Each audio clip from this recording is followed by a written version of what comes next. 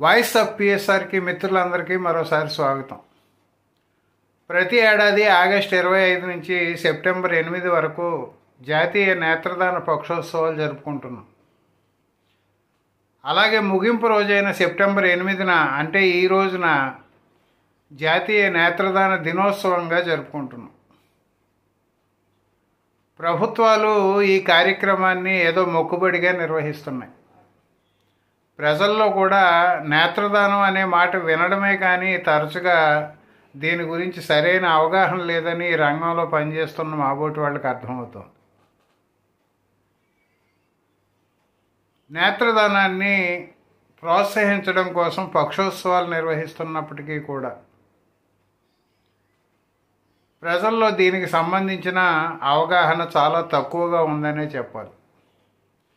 చిరంజీవి లాంటి వాళ్ళు, ఐశ్వర్య రాయ్ లాంటి వాళ్ళు, అమితాబ్ బచ్చన్ లాంటి వాళ్ళు కాస్త ప్రచారం చేసినప్పటికీ కూడా ప్రజల్లో రావాల్సినంత అవగాహన ఇంకా రాలేదని అర్థమవుతుంది. ఎందుకంటే చాలామంది నేత్రదానం చాలా మంచి పని అని చెప్పి మౌఖికంగా ఒప్పుకున్నప్పటికీ కూడా వాళ్ళ కుటుంబాల్లో మరణాలు సంభవించిన సందర్భాల్లో వాళ్ళు ఎవరో ముందుకు రావడం లేదు. మా అనుభవంలో ఇలాంటివి ఎన్నో ఉన్నాయి. నేత్రదానం అనగానే చాలామందిలో అపోహలు కూడా ఉన్నాయి. ఆ అపోహల్లో కొన్ని మతపరమైనవి కాగా మరికొన్ని మతంతో సంబంధం లేనివి ఉన్నాయి. ఎవరైనా ఎక్కడైనా మరణిస్తే ఆ సమాచారం తెలిసి మేము వెళ్ళి ఆ కుటుంబ సభ్యుల్ని ఎడ్యుకేట్ చేసి నేత్రదానం చేయమని ప్రోత్సహించడానికి ప్రయత్నం చేస్తే మాకు రకరకాల సమాధానాలు వస్తూ ఉంటాయి. నేత్రదానం మా ఇంట వంట లేదండి అని చెప్పేవాళ్ళు కొందరైతే, నేత్రదానం చేస్తే మేము కళ్ళు అమ్మేసుకున్నామని చెప్పి మా బంధువర్గం భావిస్తారేమో అని మరికొందరు చెబుతారు. ఇంకొందరైతే నేత్రదానం చేస్తే మొత్తం కనుగుడ్లు తీసేస్తే కళ్ళు గుంటలు పడి వికారంగా కనిపిస్తుంది, మేము చూడలేమని అంటారు. ఇవన్నీ అపోహలే. ఇక మతపరంగా చూస్తే ఈ జన్మలో మరణానంతరం నేత్రదానం చేస్తే వచ్చే జన్మలో కళ్ళు లేకుండా పుడతామేమో అని చెప్పేవాళ్ళు కొందరు. దేవుడు ఏ అవయవాలతో అయితే మనకి జన్మనిచ్చాడో అవయవాలన్నిటితో తిరిగి మనం దేవుడి దగ్గరికి చేరాలని చెప్పేవాళ్ళు కొందరు. నేత్రదానం చేస్తే స్వర్గానికో పరలోకానికి వెళ్తే మనకి అక్కడ కళ్ళు కనిపించవు, మరి అక్కడ ఉండే సౌఖ్యాలు అనుభవించడం ఎలాగని చెప్పి భావించేవాళ్ళు ఇంకొందరు. ఇవి వినడానికి హాస్యాస్పదంగా ఉండొచ్చు, కానీ వాస్తవంలో మేము ఎదుర్కొన్న అనుభవాల్లో ఇవన్నీ ఉన్నాయి. నేత్రదానం అంటే కొంతమందిలో అపోహ ఉంది. మొత్తం కనుగుడ్డు తీసేస్తారు, దాన్ని గుడ్డివాళ్ళకి అమర్చడం ద్వారా చూపిస్తారని. అది అవాస్తవం. మొత్తం కనుగుడ్డు తీసి అమర్చేటువంటి ప్రక్రియ ప్రపంచంలో ఎక్కడా లేదు. భక్త కన్నప్ప సినిమాల్లో చూపినట్టుగా నేత్రదాన ప్రక్రియ జరగదు. అవన్నీ పురాణ కథలు. అసలు మనం జాతీయ నేత్రదాన పక్షోత్సవాలని కానీ జాతీయ నేత్రదాన దినోత్సవాన్ని కానీ జరుపుకుంటున్నాము అంటే వీటి మీద ఎక్కడైనా చర్చ జరుగుతుందా? ఏవో ప్రభుత్వాలు లాంఛనంగా ఒక మీటింగ్ పెట్టడమో, పత్రికా ప్రకటన విడుదల చేయడమో, లేదా ఆ కార్యాలయానికి పరిమితమై అంటే ఆరోగ్య శాఖ అధికారుల కార్యాలయానికి పరిమితమై ప్రెస్ మీట్ పెట్టడమో ఇటువంటివి చేస్తున్నారు తప్ప వాస్తవంగా ప్రజల్లో అవగాహన కల్పించే కార్యక్రమాలు ఏం చేయట్లేదు. ఆ పని మాబోటి వాళ్ళం అంటే స్వచ్ఛంద సంస్థలు మాత్రమే చేస్తున్నాయి. నేత్రదానం అంటే కార్నియల్ అంధత్వం బారిన పడిన వాళ్ళకి మాత్రమే మరణానంతరం సేకరించిన కార్నియాతో చూపునివ్వగలమని అర్థం చేసుకోవాలి. ఇలా కార్నియల్ అంధత్వం బారిన పడిన వాళ్ళ సంఖ్య మన దేశంలో సుమారు 15 లక్షల వరకు ఉంది. ఏటా వాళ్ళకి మరో 25,000 మంది జమ అవుతున్నారు కార్నియల్ అంధత్వం కారణంగా. బాధాకరమైన విషయం ఏమిటంటే మన దేశంలో ఏటా సుమారు 1 కోటి మంది మరణిస్తుంటే అందులో నేత్రదానం చేస్తున్న వాళ్ళ సంఖ్య చాలా చాలా పరిమితంగా ఉంటుంది. 1 కోటి మంది మరణిస్తుంటే 25-30 వేల మంది కూడా నేత్రదానం చేయడం లేదంటే అంతకు మించిన దారుణం ఉంటుందా? మనం బ్రతుకున్న రోజుల్లో చాలా పెద్ద కబుర్లు చెబుతాం, నాకు జాలి ఎక్కువ, నాకు కరుణ ఎక్కువ, అవతల వాళ్ళ కష్టాల్లో ఉంటే చూసి భరించలేను. మనం బ్రతికుండగా ఏ సాయము చేయలేకపోయినా నివారించదగిన అంధత్వంలో ఉన్న వాళ్ళకి మరణానంతరం మన కళ్ళను దానం చేయకుండా ఆ నేత్రాలని బూడిద పాలు చేయడమో మట్టి పాలు చేయడమో చేస్తున్నాము అంటే అది మానవతకు ఎంత అపచారమో ఒకసారి గ్రహించాలి అందరూ. దాతల కోసం ఎదురు చూసేవాళ్ళ సంఖ్య లక్షల్లో ఉండి దానం చేసేవాళ్ళ సంఖ్య వేలల్లో ఉంటున్న కారణంగా ఒక వ్యక్తి నుంచి 2 నేత్రాలు అంటే 2 కార్నియాలు సేకరిస్తే ఒక్కొక్క కార్నియా ఒక్కో వ్యక్తికి అమర్చుతూ ఇద్దరికి చూపునివ్వడం జరుగుతుంది. టెక్నాలజీ కొంచెం డెవలప్ అయిన కారణంగా ఇటీవల కాలంలో కార్నియాలోని ఏ లేయర్ దెబ్బతినడం వల్ల కార్నియల్ అంధులకు చూపు పోయిందో ఆ లేయర్లను విడగొట్టి వాటిని మార్చడం ద్వారా ఒక కార్నియాతో కొన్ని సందర్భాల్లో ఇద్దరికి, మరికొన్ని సందర్భాల్లో ముగ్గురికి కూడా చూపునివ్వడం జరుగుతుంది ప్యాచ్ వర్కులు చేయడం ద్వారా. అయినప్పటికీ ప్రతి ఏటా కొత్తగా కార్నియల్ అంధత్వం బారిన పడుతున్న వారి సంఖ్య ఎంత ఉందో అంతకు మించి మన దేశంలో కార్నియాలు రావడం లేదంటే చాలా బాధాకరంగా ఉంది. మన భారతదేశానికి కింద వరల్డ్ మ్యాప్లో శ్రీలంక అని చెప్పి చిన్న కంట్రీ కనిపిస్తుంది. అక్కడ జనాభా 2,25,00,000. శ్రీలంక జనాభా మన ఆంధ్రప్రదేశ్లో సగం కూడా ఉండదు. అయినప్పటికీ శ్రీలంకలో వచ్చేటువంటి నేత్రదానాల సంఖ్య మన మొత్తం భారతదేశంలో వస్తున్న నేత్రదానాల కంటే ఎక్కువగా ఉంటుంది.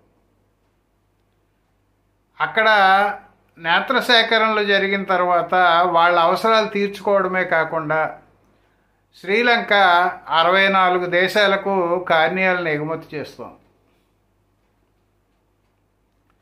మన దేశంలో లక్షలాది మంది వెయిటింగ్ లిస్టులో ఉంటే కనీసం ఆ వెయిటింగ్లో ఉన్న వాళ్ళకి చూపించేటువంటి పరిస్థితి కూడా లేదు. 100కి 1 నేత్రదానం చేసిన మన దేశంలో కార్నియల్ అంధత్వాన్ని నివారించవచ్చు. నేత్రదానం ద్వారా మనకు కనిపించే గుడ్డి వాళ్ళందరికీ చూపు ఇవ్వడం సాధ్యం కాదు అని ముందుగా మనం తెలుసుకోవాలి. కార్నియల్ అంధులు లక్షల్లో ఉండగా మన విలువైన నేత్రాలని మరణానంతరం మట్టిపాలు చేయడమో బూడిదపాలు చేయడమో చేస్తున్నాము అంటే మానవత్వాన్ని మర్చిపోతున్నామని అర్థం. మన భారతదేశంలో నేత్ర సేకరణల గణాంకాలను పరిశీలిస్తే కరోనాకి ముందు, కరోనాకి తర్వాత అని చెప్పుకోవాల్సిన దుస్థితి ఏర్పడింది. 2019 నుంచి కరోనా మనల్ని కాస్త ఇబ్బంది పెట్టింది, మనందరికీ తెలుసు. 2018లో మన దేశం మొత్తం మీద సేకరించిన కార్నియాల సంఖ్య 56,497. అందులో ఇతరులకు అమర్చడానికి పనికొచ్చిన 27,049. అంటే మనం సేకరించిన నేత్రాల్లో సగం కూడా ఇతరులకు అమర్చడానికి పనికి రావట్లే. ఎందుకు పనికి రావట్లేదు? సేకరించిన కార్నియాల క్వాలిటీ బాగుండకపోవడమో, క్వాలిటీ బాగున్నప్పటికీ కూడా ఇతరులకు అమర్చడానికి వీల్లేని జబ్బులు ఆ నేత్రదాతకి ఉండటమో కారణంగా వాటిని ఉపయోగించుకోలేకపోతుంది. 2018లో 56,500 సుమారు కార్నియాలు సేకరిస్తే ఆ సంఖ్య 2020 వచ్చేటప్పటికి 18,359కి పడిపోయింది. 18,359 కార్నియాలను 2020లో సేకరిస్తే 12,998 మాత్రమే ఉపయోగపడ్డాయి. ఆ కరోనా అయిపోయినప్పటికీ కూడా, అంటే కరోనా వ్యాప్తి ఆగిపోయినప్పటికీ కూడా ఎప్పటికీ మళ్ళీ మనం 2018 స్థాయికి అందుకోలేకపోయాం. కరోనా ప్రభావం కార్నియాల సేకరణ మీద చాలా తీవ్రంగా పడింది. గత ఏడాది అంటే 2023లో దేశం మొత్తం మీద సేకరించిన కార్నియాల సంఖ్య 49,315. అందులో ఇతరులకు అమర్చడానికి పనికొచ్చిన 27,394 మాత్రమే. అంటే గతంతో పోలిస్తే ఇప్పుడు యూటిలైజేషన్ పర్సంటేజ్ కొంచెం పెరిగింది. ఒకప్పుడు 40% ఉండేది, తర్వాత 45% అయింది, తర్వాత 50% అయింది. కొద్ది కొద్దిగా ప్రజల్లో అవగాహన పెరగడం లేదా ఐ బ్యాంకులు తగు జాగ్రత్తలు తీసుకోవడం వంటి కారణాల వల్ల యూటిలైజేషన్ పర్సంటేజ్ పెరుగుతోంది రాను రాను. మరి నేత్రదానం అనే మాట తరచుగా వినడమే తప్ప చాలామందికి నేత్రదానం ఎలా చేయాలన్న దాని మీద అవగాహన లేదనే చెప్పుకోవాలి. ఎవరు నేత్రదానం చేయొచ్చు, ఎవరు చేయకూడదు, నేత్రదానం చేయాలంటే ఎలాగా, తీసుకోవాల్సిన జాగ్రత్తలు ఏమిటి వగైరాల గురించి ప్రజల్లో అవగాహన చాలా తక్కువగా ఉంది. నేత్రదానం చేయాలన్న ఉద్దేశం ఉన్నవాళ్ళు ముందుగా సమీపంలో ఉన్న ఐ బ్యాంక్ వాళ్ళ నెంబర్ని నోట్ చేసి పెట్టుకోవాలి, లేదా ఈ రంగంలో సేవలు అందిస్తున్న మాబోటి వాళ్ళ ఫోన్ నెంబర్లైనా అందుబాటులో పెట్టుకోవాలి. నేత్రదానం చేయాలనుకుంటే మరణించిన తర్వాత ఎంత తొందరగా సేకరిస్తే కార్నియాల క్వాలిటీ అంత బాగుంటుందని అర్థం చేసుకోవాలి. కానీ టెక్నికల్గా చూస్తే మరణించిన తర్వాత వేసవికాలం అయితే 4 గంటల లోపు, శీతాకాలం అయితే 8 గంటల లోపు, మామూలు వాతావరణ పరిస్థితుల్లో అయితే 6 గంటల లోపు నేత్ర సేకరణ జరపడం అవసరం. దూర బంధువులు ఎవరో వస్తున్నారని చెప్పి డెడ్ బాడీని ఫ్రీజర్ బాక్స్లో పెడితే 12-15 గంటల వరకు కూడా నేత్ర సేకరణ జరపవచ్చు, ఇబ్బంది ఏమీ ఉండదు. మరి ఎవరు చేయవచ్చు, ఎవరు చేయకూడదు అనేది ఒక ప్రశ్న. ఒక ఏడాది వయసు నిండిన పసిపిల్లలలాగా అయితే 80-90 సంవత్సరాల వయసున్న ముసలి వాళ్ళ వరకు ఎవరైనా నిరభ్యంతరంగా నేత్రదానం చేయొచ్చు. సాధారణంగా 10 నుంచి 50 సంవత్సరాల మధ్య వయస్కుల కార్నియాల క్వాలిటీ బాగుండే అవకాశం ఉంటుంది. కానీ ఒక్కోసారి 50 సంవత్సరాల వాళ్ళ కార్నియా కంటే 80 సంవత్సరాల వయసు ఉన్న వాళ్ళ కార్నియా క్వాలిటీ బాగుండే అవకాశం కూడా ఉంటుంది. అందువల్ల వయసుతో నిమిత్తం లేకుండా ఎవరైనా నేత్రదానం చేయొచ్చు. కంటికి ఆపరేషన్ జరిగినా, కళ్ళజోడు వేయించుకున్నా, చచ్చిపోయే నాటికి న్యూస్ పేపర్ చదవలేకపోతున్నా, బియ్యంలో రాళ్ళు ఏరలేకపోతున్నా కూడా నేత్రదానానికి అర్హులే. ఆ కార్నియా దానానికి పనికి రాకుండా పోయింది అంటే నల్లగుడ్డు తెల్లబడితేనే పనికి రాకుండా పోతుంది. నల్లగుడ్డు నల్లగా ఉన్నంత వరకు కంటి లోపల నిర్మాణంలో తేడాల కారణంగా లేదా ఇబ్బందుల కారణంగా చూపు కోల్పోయినప్పటికీ కూడా కార్నియాని దానం చేయడానికి అర్హులే. మరి ఏ జబ్బులు ఉన్నవాళ్ళు చేయొచ్చు, ఏ జబ్బులు ఉన్నవాళ్ళు చేయకూడదు అనేది ఒక ప్రశ్న. కొన్ని జబ్బులు ఉన్నవాళ్ళు నేత్రదానం చేసినప్పటికీ కూడా అవి ఇతరులకు అమర్చడానికి పనికిరావు.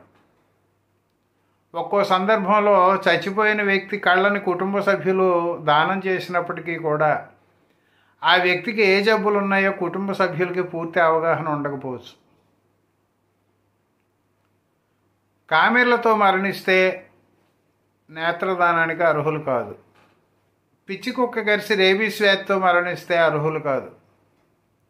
నీటిలో మునిగి మరణిస్తే అర్హులు కాదు. హెచ్ఐవితో మరణిస్తే అర్హులు కాదు. మరణించిన వ్యక్తికి సుఖవ్యాధులుంటే అర్హులు కాదు.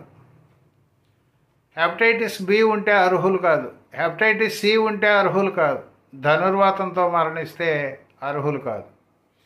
ఇతర క్యాన్సర్లతో మరణిస్తే నేత్రదానానికి అర్హులే, కానీ బ్లడ్ క్యాన్సర్తో మరణిస్తే నేత్రదానానికి అర్హులు కాదు.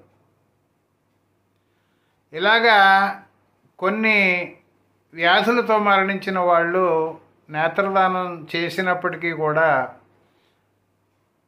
వాళ్ళ రక్తాన్ని పరీక్షించినప్పుడు ఈ వ్యాధులు కనుక బయటపడితే లేదా ఈ ఇబ్బందుల గురించి తెలిస్తే, కుటుంబ సభ్యుల ద్వారా తెలిస్తే, అటువంటి సందర్భాల్లో నేత్రాల సేకరణ జరపరు. ఒకవేళ జరిపినప్పటికీ కూడా అవి ఇతరులకు అమర్చకుండా వాటిని కేవలం ప్రయోగాల నిమిత్తమే వాడతారు. ఇతరత్ర జబ్బులు ఉన్న వాళ్ళందరూ నిరభ్యంతరంగా నేత్రదానం చేయొచ్చు.